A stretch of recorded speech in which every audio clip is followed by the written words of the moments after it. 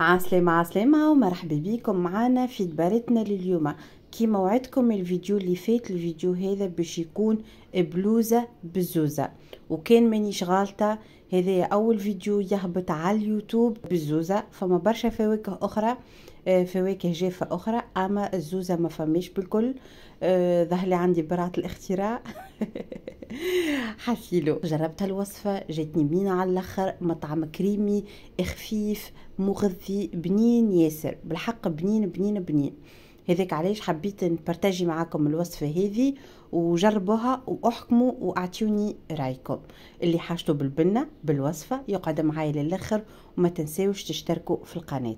اول حاجة فيما يخص المكون الرئيسي اللي هو الزوزة، اخذيتها كعب كسرتها واستعملتها، ولهني قد ما تكثروا زوزة قد ما تجيكم أبن. مع الزوزة نستحقوا سكر، نستحقوا ماء، نستحقوا حليب ونشاء. توا فيما يخص المقادير، بالنسبة للسكر نستحقوا من 3 إلى 4 ملاعق وتعوضوه بالعسل. الماء نستحقوا 250 ملي ماء، ملعقة كبيرة من شاي، 250 حليب، وزوزة قد ما تحبوا انتوما. ناخذ زوزة متاعنا نعرجوها شوية تخرج الريحة متاعها البنينة ويتبدل شوية اللون. ولهني قد ما تحبوا البلوزة متاعكم يكون اللون متاعها غامق، قد ما تغمقوا في لون الزوزة وانتم تعرجوا فيها. بالطبيعة نمدوا الرحاية ولا المهراس ولا اي حاجة، نرحيوا الكمية اللي عنا، نمدوا كسرونة نحطوا فيها المكونات كليكا، نحطوا السكر، نحطوا النشاء. لهنا فيما يخص الزوزة وهي كعب 120 جرام، بعد كرحيتها وليت لي 80 جرام، نقصت الكمية. قد ما تزيدوا زوزة قد ما تبدا ابن. لهنا بعد ما نحط المكونات متاعنا الكليكا في الكسرونة على البارد نخلطوهم بالكدا بالكدا، وقد ما نخليوها ترتاح المكونات متاعنا قبل ما نحطوهم على النار، على قد ما بعد المطعم متاع الفاكهة يظهر فيها. نقعدوا بحذها مع التحريك المتواصل حتى لين تخثار وتعقاد. ولهنا راهو قد ما تكثروا الفاكهة قد ما بعد تعقاد اكثر والمطعم يطلع ابن.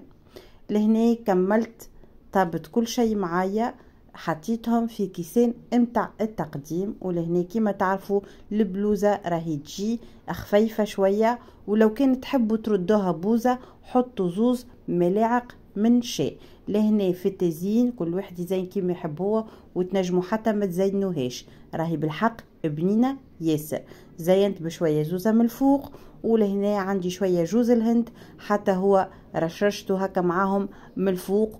والمكونات هذه مع بعضهم عطات بنة عالمية، بالحق بنة من وراء الخيال. المطعم متاعها يشبه ياسر للبلوزة متاع البفريوة، اما اخف شوية. ولهنا هذيك بلوزة السمسم، بلوزة الجلجلين، وبلوزة متاع الزوزة. عملتهم الزوز فرد نهار، وبالزوز جيوا على ما بنهم، وكل واحدة فيهم تستحق التجربة، وكل واحدة والمطعم اللي فيها. لهنا ما تبقى لي كان نقول لكم جربوا الوصفة. والوصفة متاع بلوزة السمسم نحط لكم اللوطة في صندوق الوصف. وكها ان شاء الله ديما تكونوا بألف صحة وخير وعافية، وباي باي.